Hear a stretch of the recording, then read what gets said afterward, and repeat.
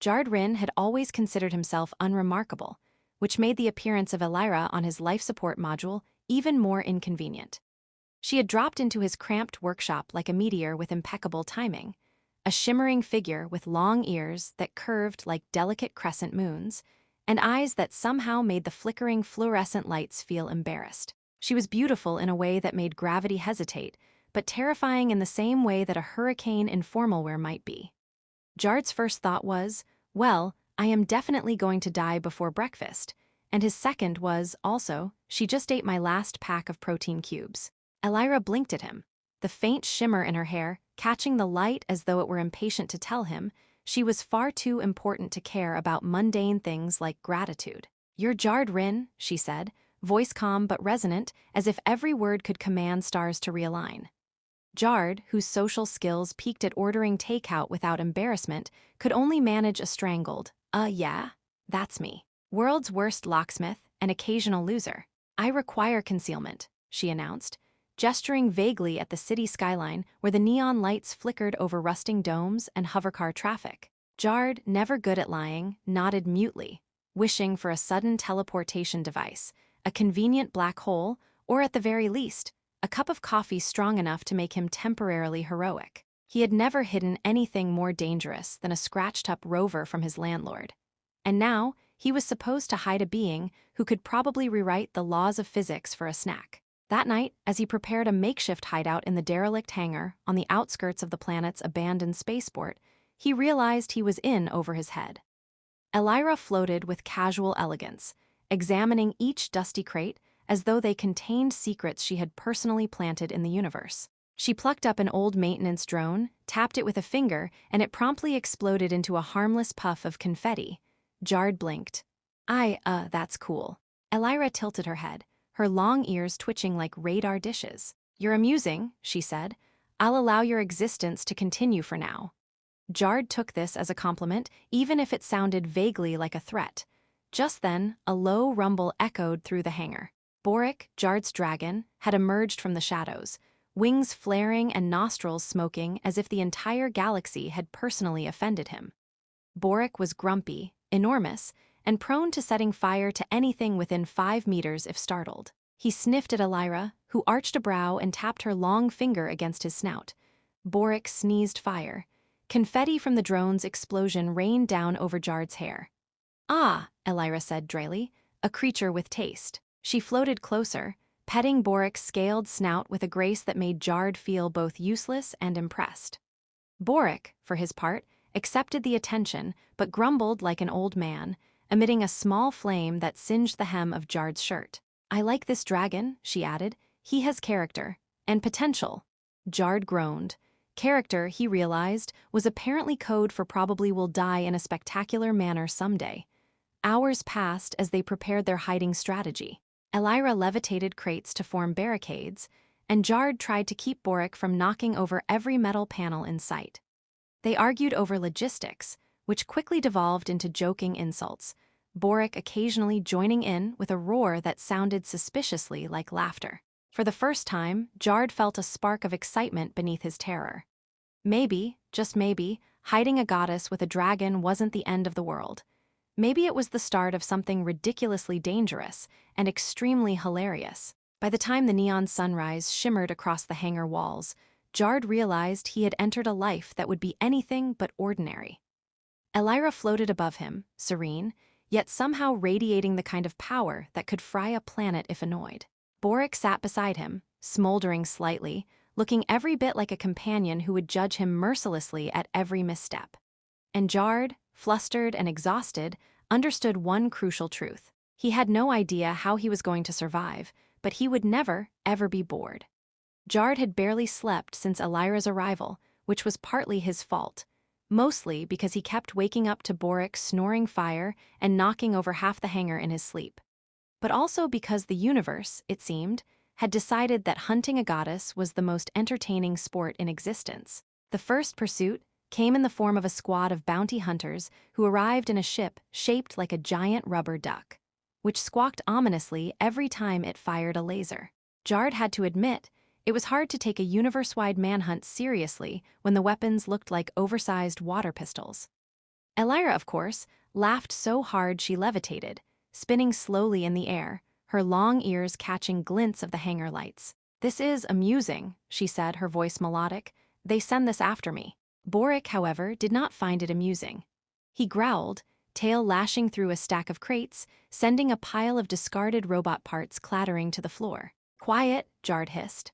They might, but the bounty hunters were already screaming in unison, distracted by the dragon's sheer size and absurdly flamboyant wing flaps. One tried to negotiate with a holographic sign that read, "Surrender the goddess or face eternal embarrassment." Jard wondered who wrote these mission briefs, an AI with a sense of humor, a particularly vindictive galactic poet. Elira floated above the fray, shaking her head, long ears twitching. "The universe is terrible at intimidation," she mused. "Do they really think I'll respond to threats in rhyme?" By mid-afternoon, their hiding strategy had evolved from duck behind crates to travel through secret wormholes, never look back, and hope the dragon doesn't fall asleep mid-jump. They found themselves in an abandoned asteroid colony orbiting a dying sun, where the structures were half-collapsed and covered in moss-like bioluminescent fungi. Jard cursed softly as he attempted to recalibrate the ancient hoverpods, while Boric settled down for what he called a mandatory nap, which involved curling into a tight ball that blocked 3 docking bays. Elira, meanwhile, took the opportunity to explore the colony, her long fingers brushing over walls that hummed with ancient alien energy. "You humans really do hoard junk well," she remarked. "I might have underestimated your species. For a species obsessed with decay, you're oddly charming." Hours passed in a mix of frantic preparations, misfiring equipment, and sarcastic commentary. At one point, Elira attempted to teach Boric to hover silently, a task that ended predictably with a small explosion and the dragon's offended roar. Jard had to sit on a rubble pile to stop himself from laughing while simultaneously trying not to burn alive. "I swear," he said, "if that dragon turns me into crispy bacon, I'm haunting you in your next incarnation." Elira only smiled, her eyes twinkling, and replied, "I would consider that a favor." The evening brought a brief reprieve when a rogue AI named Mr. Monocle arrived, insisting on delivering an ultimatum in the form of interpretive dance. He waved his mechanical limbs with dramatic flair, attempting to intimidate Elira with pirouettes that defied physics. She clapped politely, then tapped her long finger against the floor, sending the AI spinning helplessly into a zero-gravity tumble. Jard laughed so hard he fell into a stack of crates. Boric, unimpressed, merely snorted fire in protest. "Do they always send the clowns first?" Elira asked, floating back to him, still amused. That night, as they huddled in the asteroid colony's central hub, Jard realized something important. The universe could hunt them, bombard them, and throw absurd obstacles their way. But the humor of it all, Elira's laughter, and even Boric's temperamental companionship created a bond stronger than any interstellar law. The 3 of them, human, goddess, and dragon, had become an unstoppable, if ridiculous, team. Jard didn't know how long they could outrun the universe, but he knew one thing. With Elira and Boric by his side, he might just survive the galaxy's most absurd chase and have fun doing it. The dying sun cast long, molten streaks across the abandoned space station as Jard, Elira, and Boric prepared for what was undoubtedly going to be the most ridiculous standoff of their lives. The universe had escalated its pursuit to an all-out cosmic spectacle. Fleets of ships, drones, and interstellar bounty hunters converging on the station as though the galaxy itself had decided to binge-watch a soap opera staring them. Jard wiped a bead of sweat from his brow, feeling the weight of every miscalculation he'd made in the past week, while Boric lay sprawled across the docking bay, flicking his tail like a disgruntled cat, and Elira floated serenely, her long ears twitching with a combination of amusement and curiosity. "Do you think they know sarcasm works on gods?" Jard muttered, leaning against a support pillar that groaned under his weight. Boric snorted, sending a small flame curling into the air, and Elira smiled, the corners of her mouth tilting in that infuriatingly charming way. "Sarcasm is hardly necessary," she said, "but I do enjoy how your species makes a spectacle of terror. It's quaint." The first wave of attackers arrived in ships shaped like interstellar pretzels, their laser cannons firing in precise, if ridiculous, arcs. Jard ducked, narrowly avoiding being flattened by a volley, while Boric roared and took to the air, wings beating in a rhythm that created turbulence capable of knocking drones into the station's walls. Elira raised her hand lazily, sending a pulse of energy that turned one of the pretzel-shaped ships into a floating cloud of harmless holographic confetti. Jard blinked, then laughed, the tension in his chest loosening. "You make saving the universe look like a party trick," he said, dodging another laser. Hours passed in a blur of chaos, strategy, and absurdity. The bounty hunters, once terrifying in theory, had become cartoonishly incompetent when confronted with a dragon who sneezed fire unpredictably and a goddess who found everything amusing. One particularly aggressive hunter attempted to negotiate using interpretive dance, prompting Elira to comment dryly, "I admire their commitment to aesthetic intimidation." Boric growled and incinerated the offending drone before it could finish its pirouette, leaving Jard cackling as he realized that humor had become their secret weapon. When the dust finally settled, the station orbiting the dying sun was intact, if slightly scorched, and the universe's forces had been reduced to scattered wreckage and confused AI reports. Jard sank to the floor, exhausted but exhilarated, while Boric collapsed next to him, snoring lightly. Elira floated above, serene, her long ears quivering in contentment. "You did well," she said, voice soft now, almost intimate. "I underestimated you, Jard. You are not just amusing, you are resourceful, courageous, stubborn in an endearing way." Jard blinked, unsure how to respond. For a moment, the enormity of what they had survived, cosmic pursuit, impossible odds, and absurd danger, settled on him. He realized he had changed. He was no longer the flustered, easily overwhelmed man who had first hidden a goddess in a crumbling hangar. He had learned to improvise, to trust his companions, to find humor even in life-threatening chaos. He had discovered that courage often hid behind laughter, and that loyalty could be as powerful as any weapon. Elira descended, landing lightly on the platform beside him, her gaze warm and steady. Boric, ever the reluctant companion, nudged Jard with a scaled head, as if to say, "You survived." "Good job, human." The three of them looked out over the station, the dying sun painting the horizon in molten gold and violet. For the first time, the universe seemed vast not as a threat, but as a playground of possibilities. Jard laughed, a full, unrestrained sound that carried over the empty corridors. "So, what now? We run forever. Retire to a quiet asteroid, or start giving the universe a proper comedy show?" Elira grinned, tilting her head. "We travel, we explore, we survive, and occasionally we amuse ourselves."